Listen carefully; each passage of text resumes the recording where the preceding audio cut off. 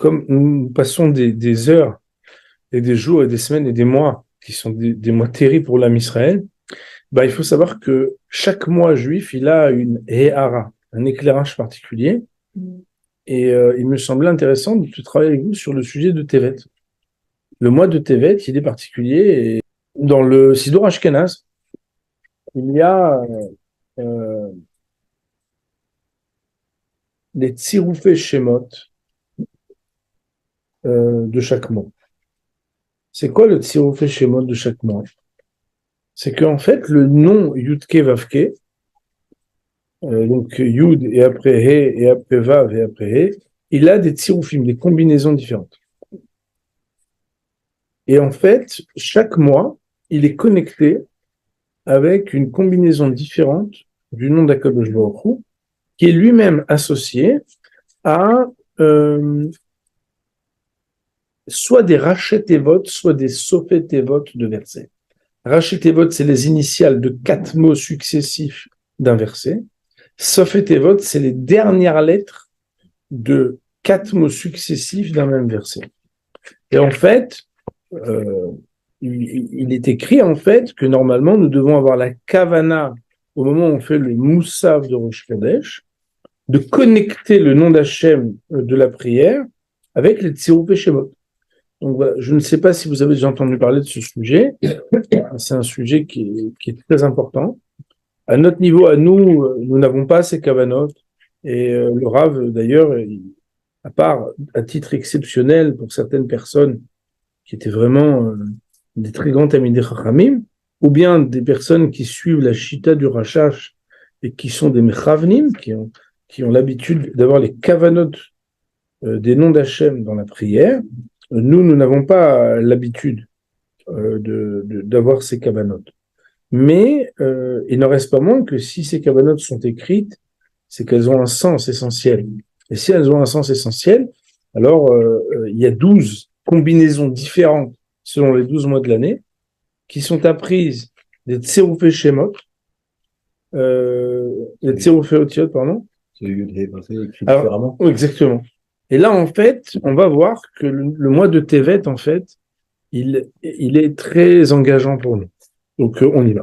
Donc, le Rav ici, d'abord, une des slichot de la Sarah Bethel. Vous savez que vendredi matin, la prière elle est beaucoup plus longue, puisqu'il y a des slichot, et à la fin des Sidurim, juste après la Hamida, on fait des slichot différentes le jour des jeûnes. Il y a des parties communes avec des Vayavor, etc. Et il y a des parties qui sont les slichot du jour du jeûne. Et le Rav ici, donc bon, on pourrait la lire, mais je pense que ces slichot-là, vous pouvez les lire vous. C'est pas un exercice de lecture, vous savez tous lire. Il dit le Rav, Bislicha zu metuarot amakot shekibalnu bechodesh tevet. Dans la slicha, donc qui est citée plus haut, donc eskira matzok, etc., sont décrites les plaies, les coups que nous avons reçus durant le mois de Tevet. Vous savez que le 8, le 9 et le 10 Tevet sont des jours qui auraient dû être tous les trois des jours de jeûne. On jeûne que le 10 Tevet, mais nos Chachamim nous disent que le 8, le 9 et le 10 sont 3 jours durant lesquels sont arrivées des choses catastrophiques pour l'âme Israël.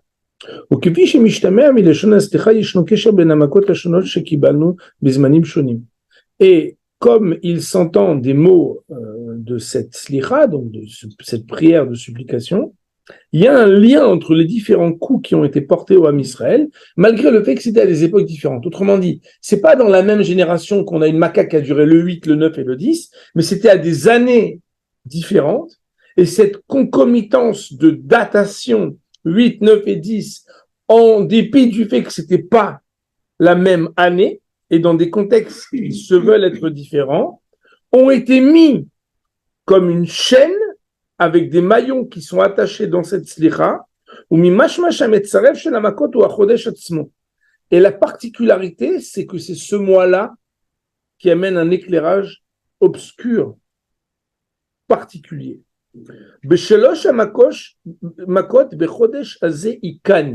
Les mots qui sont cités dans cette slicha, c'est que 3 coups ont été portés dans ce mois qu'Akadosh Baruch Hu nous a frappés. Il m'a frappé de 3 coups ce même mois. Je sais que ça paraît un peu un machal un peu vulgarisé, mais des fois, en fait, en étant un peu dans la vulgarisation, on comprend mieux. Des fois, un papa qui d'habitude est calme, il rentre, et la petite dernière qui vient le voir et qui d'habitude, il la reçoit toujours. Et là, il a l'air de s'être bien énervé. Et il lui a dit un mot en disant pourquoi tu as des choses comme ça. La deuxième qui est arrivée, en réalité, le problème, il n'est pas qu'elle a mis ses chaussures comme ça. C'est juste qu'en fait, c'est un moment qui n'est pas un moment propice à un kécher. D'ailleurs, on sait bien, il y a des fois où votre épouse rentre à la maison, ou vous rentrez à la maison, et vous avez envie de dire ne me parle pas 5 minutes. Normalement, il faudrait le faire avant de rentrer à la maison, devant la porte, dire à la mezouza, voilà, Hachem, ah non, je peux pas dire ça, alors quoi? On peut dire au voisin, ne me parle pas. Ou bien quelqu'un qui a la charouta, ou un copain dit voilà, je veux juste dire, je suis super énervé. Ah bon, je vais. Malheureusement, c'est pas toujours comme ça, mais et en fait, il y a des temps avec des éharotes, avec des éclairages. Et ici, le Rav, il nous dit, si on nous dit que les 3 makotes dans ce Chodesh, Hachem m'a frappé, c'est que c'est le moi qui amène la maka. Et il dit le Rav, Vechen yareach tevet meod la kitibo venishtanu alai sidre netivo. Donc voilà, bon, c'est l'avant-dernière phrase ici, yareach tevet meod la kitibo, enfin l'avant-avant-dernière, vous voyez, il y a une ligne marquée azé dans la stécha. Yerach tevet meod la kitibo. Le mois de Tevet, la lune de Tevet, elle m'a beaucoup frappé. Nishtanu alai sidre netivo. Et c'est sur moi qu'on donnait des changements, les orientations du chemin de Tevet. Tevet est un chemin périlleux. Il dit le Rav, et ça il faut le savoir, encore une fois, moi je ne fais pas des coups qui font peur. Je pense que le rôle d'un Rav, d'ailleurs je dis toujours, les rabbins qui font peur, il ne faut pas les écouter.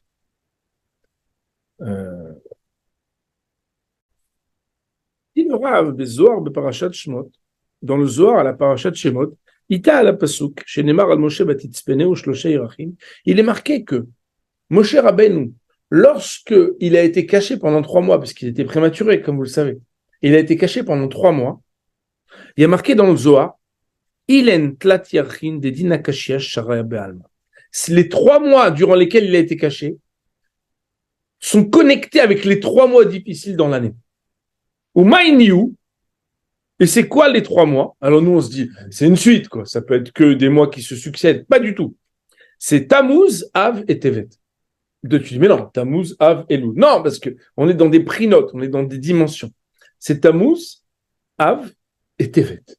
Les 3 mois terribles, qui ont été les mois, on va dire, où Moshe Rabbeinu, on dit qu'il a été caché, correspondent à 3 mois qui sont Tammuz, Av et Tevet. Et il dit le Rav Kayadou Elu Shloshet Chodashim Shebem Nasa Chorban Israël. Comme on le sait, ce sont 3 mois qui ont été des 3 mois de destruction pour le Ham Israël. Au Bibiou Agra le Sefer Yetzira, et dans l'explication du Gaon de Vilna sur le Sefer Yetzira, c'est le livre de la création, c'est un livre qu'on dit qu'il a été écrit par Avraham Avinu. Je ne sais pas si vous connaissez ce Sefer, c'est un Sefer de Kabbalah. Je l'ai, mais je n'ai jamais ouvert, mais je l'ai. Et le Gaon de Vilna, il a écrit un commentaire sur le Sefer Yetzira. Le Gaon de Vilna donc explique là-bas, Katav Bezel Shono, voici les paroles rapportées. Rogez betevet, shebo samach melech Bavel al Yerushalayim. La colère est en Tevet, parce que c'est au moment de Tevet que Samach, on veut dire ici que quoi? Qu'il a entouré le roi de Babylone, la ville de Jérusalem. Comme on sait, Tevet, c'est le siège, c'est la brèche, c'est le début, c'est pas la destruction. C'est le moment où il y a ce qu'on appelle le matzor, le siège. Et le Gaon de Vilna nous dit, le pire et le plus dur des 3 mois de Tammuz, Av et Tevet, c'est Tevet. Donc nous, on connaît Tammuz, c'est Tammuz. On connaît Tisha B'Av, on connaît Ben Hamtzarim. On sait qu'il y a quelque chose de très grave. Mais on ne sait pas qu'en fait, il y a quelque chose dans Tevet qui est très engageant. Biur Dvorov. Quelle est l'explication de ces paroles? C'est qu'en réalité, dans le mois de Tammuz, c'est à partir du 17 Tammuz que les choses sont compliquées. D'ailleurs, les mariages, jusqu'au 17 Tammuz, il n'y a pas de problème, on arrivera à Botaï. C'est à partir du 17 Tammuz, et donc c'est dans la deuxième moitié du mois qu'on commence à avoir des problèmes. Ou Michodesh Av. Et le mois de Av, c'est Mitrilat HaChodesh, Asara Be'av. C'est du début du mois jusqu'au 10. Jusqu'au 10 à midi, ok. Mais, ce qui est inclus dans ce qu'on appelle Ben Tsarim, les 3 semaines. Alors que le mois de Tevet, Kulo Chodesh Kashi. Du début jusqu'à la fin, c'est un mois difficile. Et c'est pour ça qu'il est plus dur que les autres. Aïnou. Et c'est ça que ça signifie chez Amakot Shekibalnu Bechodesh Ze, Chalou Bechodesh Kulo. C'est que les plaies que nous avons reçues en ce mois, c'est des plaies qui viennent de la nature du mois. C'est pas un événement ou une date fatidique, c'est un mois qui est très engageant pour un Israël.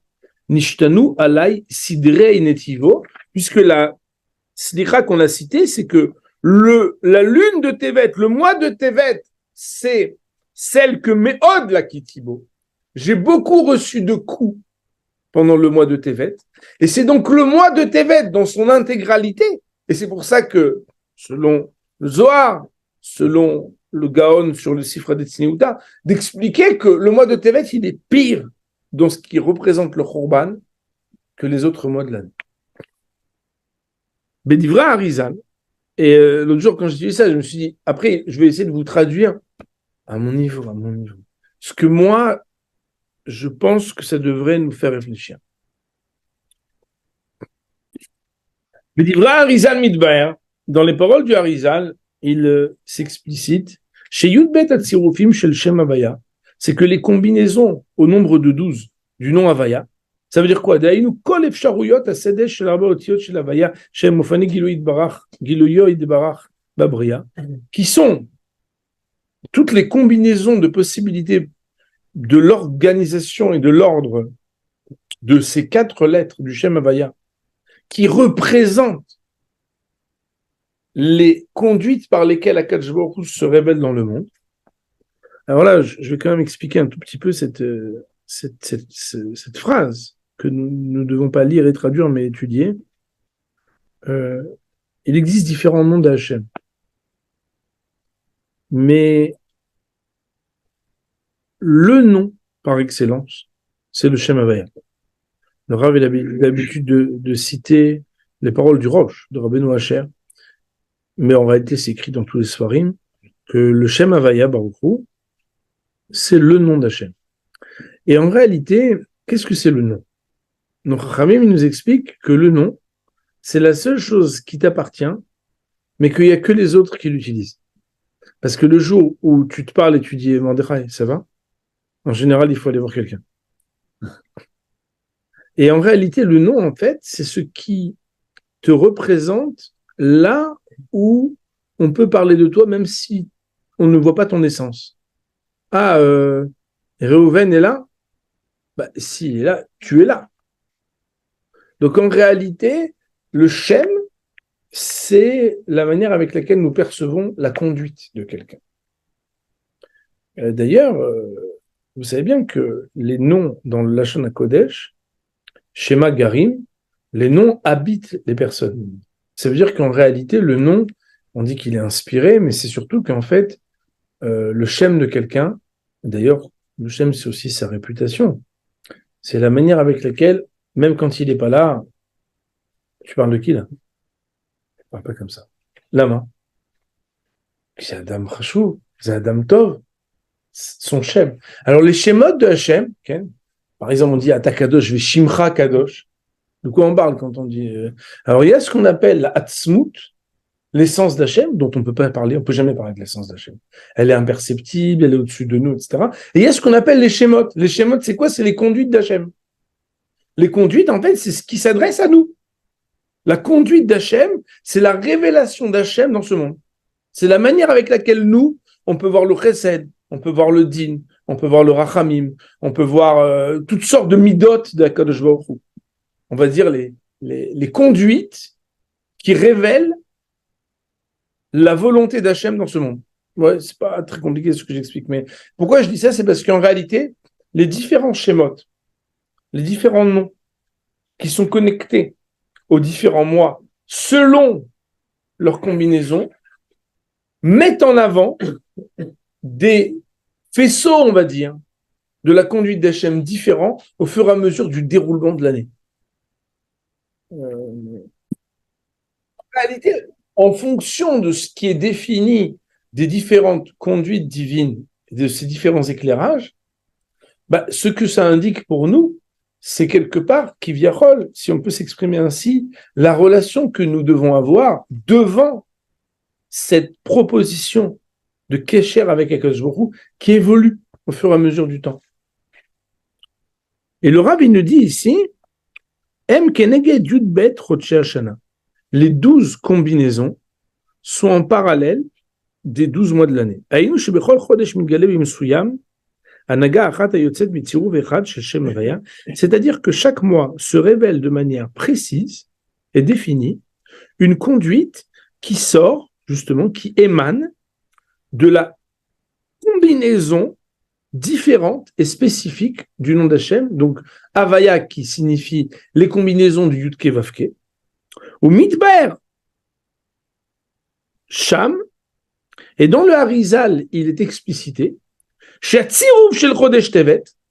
que les combinaisons du mois de Tevet, c'est-à-dire le nom d'Hachem du mois de Tevet, Yotzem Isopetevot le Havaya, pardon, le Hachem Iti Unromema Shemo. Ça sort des dernières lettres des 4 mots du verset que vous connaissez. Gadelou l'Hachem Iti Unromema Shemo Yardav. Tout le monde connaît ça.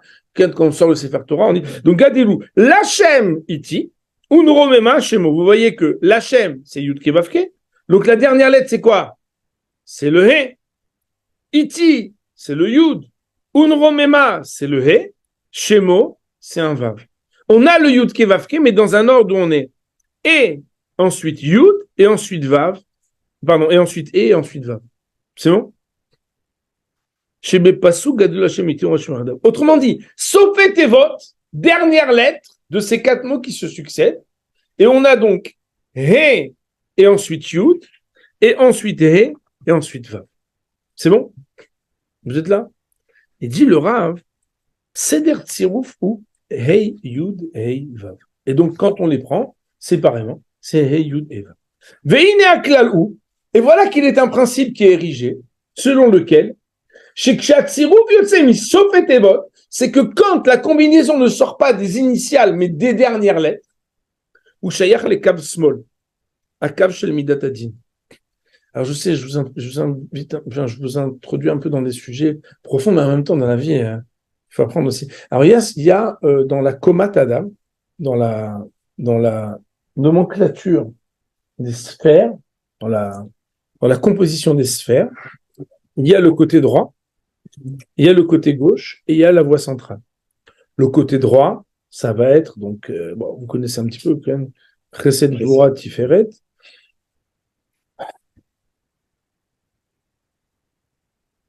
En fait, il ne faut pas dire ça comme ça. Chochma Bina Vadat, Chesed Gvura Tiferet, Netzachod Yesod Malchut. Et en fait, on a du côté droit celles qui sont Chesed, Netzach.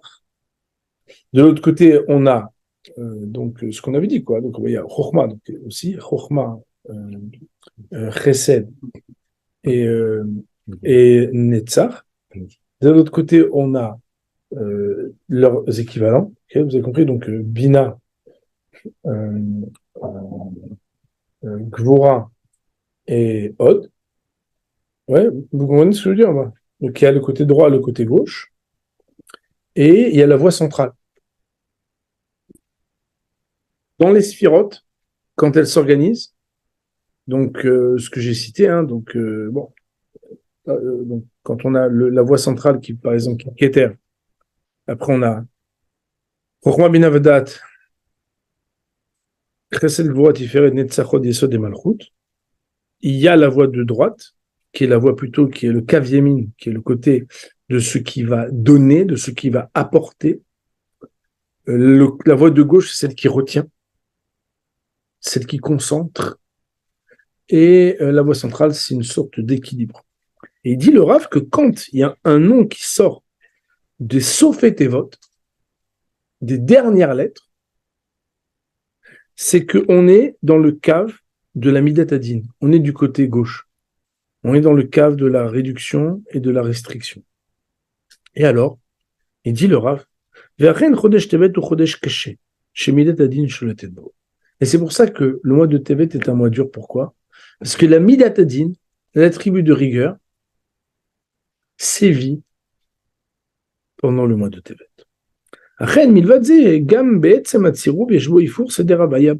Alors, super intéressant.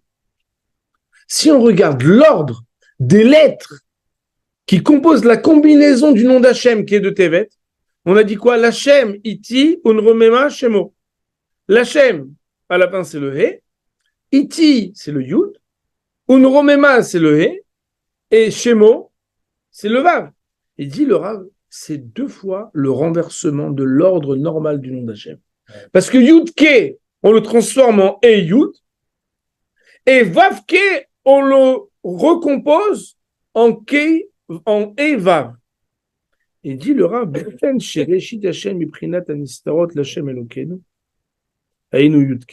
c'est que l'ordre normal, c'est Hachem Elokeinu, mitaper bifnatzmo, le Yud-Ke, il est retourné.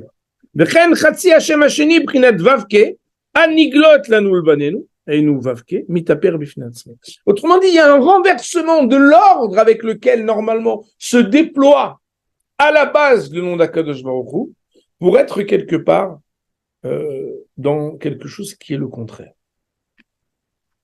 Alors,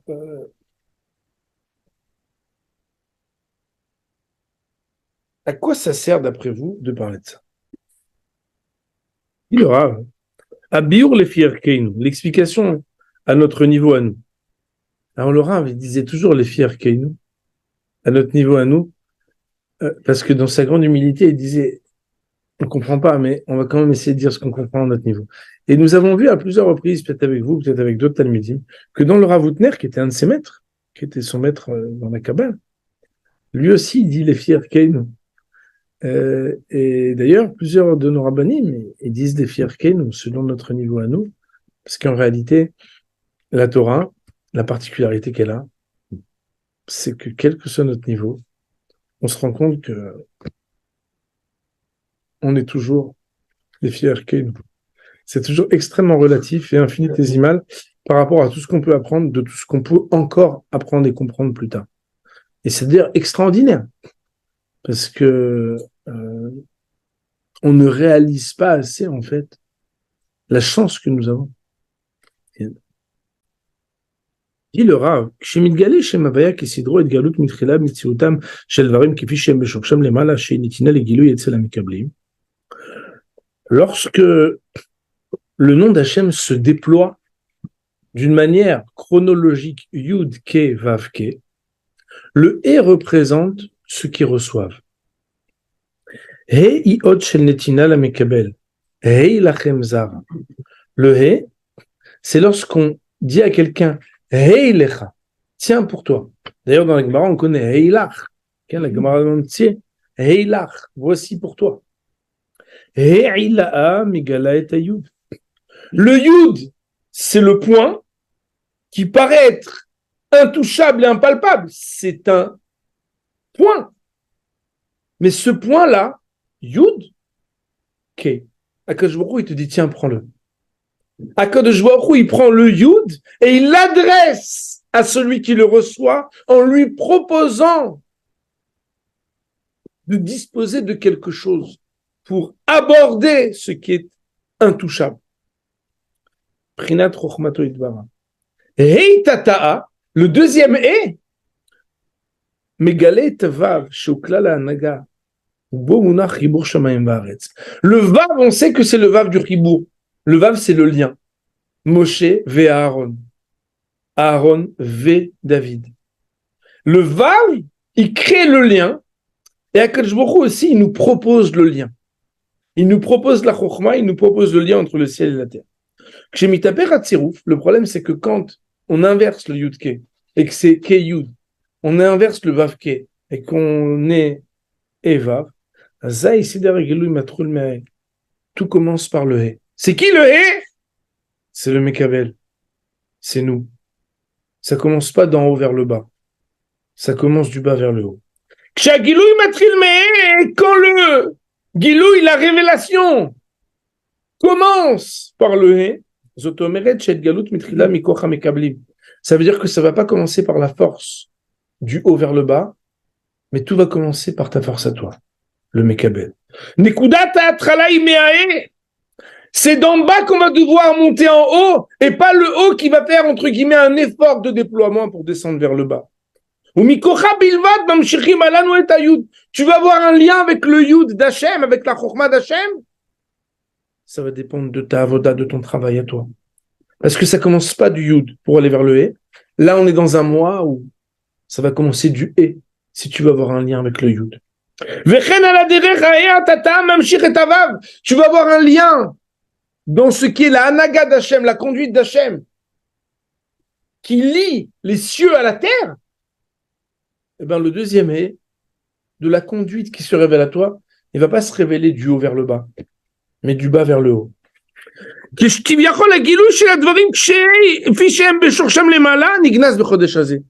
comme si Chas v'Shalom, mais pas Chas v'Shalom, c'est ça ce qui se passe ce mois-ci. La conduite d'Hachem, du haut vers le bas, qui conduit, qui dirige le monde, les mains d'Hachem qui font comme ça pour diriger le monde, ne se révèlent pas du haut vers le bas. Elles sont la réaction, l'effet de selon ta réduction ou ton déploiement, c'est selon toi en bas que les choses vont ou non se révéler. Moi, il Rabotai. Ça veut dire que, et c'est ça moi qui m'a beaucoup préoccupé et fait réfléchir, c'est qu'en réalité, Hachem, il nous fait beaucoup de cadeaux toute l'année. Il nous offre des moments, le mois de Elul, le mois de Tishrei, on voit le mois de Kislev, il y a des mois qui sont des mois de lumière. Akadosh Baruch Hu, il est là, il est présent, malgré toutes les xérotes, ce qu'on veut, mais Tarles, en définitive, Akadosh Baruch Hu, il est présent. Il y a un mois dans l'année où tout est inversé. Et tout va dépendre des Mekablim. Si tu veux, pendant le mois de Tevet, avoir un lien avec Akadosh Baruch Hu, avec le Yud de la Chokhmah, avec le Vav de la Hanaga, habituellement, le chemin, il est fait d'une manière qui se déploie du haut vers le bas, qui viachol, c'est comme si Akadosh Baruch Hu, il vient vers toi pour te proposer quelque chose. Et ce mois-ci, en fait, on est laissé à ce qu'on a la possibilité, la volonté de développer ce lien. Et Béhémet, quand on étudie ça, c'est extrêmement engageant. Pourquoi? Parce que, d'abord, vous savez bien, le mois de Tevet, c'est le mois des nuits qui sont longues, c'est le début début de l'hiver, du Zman Choref à la Yeshiva. En plus, quand on a 2 mois de Hadar, c'est des moments où, quelque part, voilà, on aimerait bien être au chaud avec une soupe et dormir pas trop tard, avec les pantoufles, et être tranquille. Et on se dit, voilà, Hachem, aide-nous. Alors, il faut savoir que il n'y a pas de problème. Mais si tu ne bouges pas, ce mois-ci, les choses ne seront pas faciles. Parce que plus que n'importe quel autre mois de l'année, le mois de Tevet, c'est un mois où c'est nous qui devons produire la volonté. Et la volonté, Raboté, elle ne s'exprime pas par des paroles, mais par des actes, de vouloir garder le lien, déployer le lien et développer notre kécher avec Akadosh Baruch Hu pour recevoir la Hanaga. On va dire, mais les Olam, amen.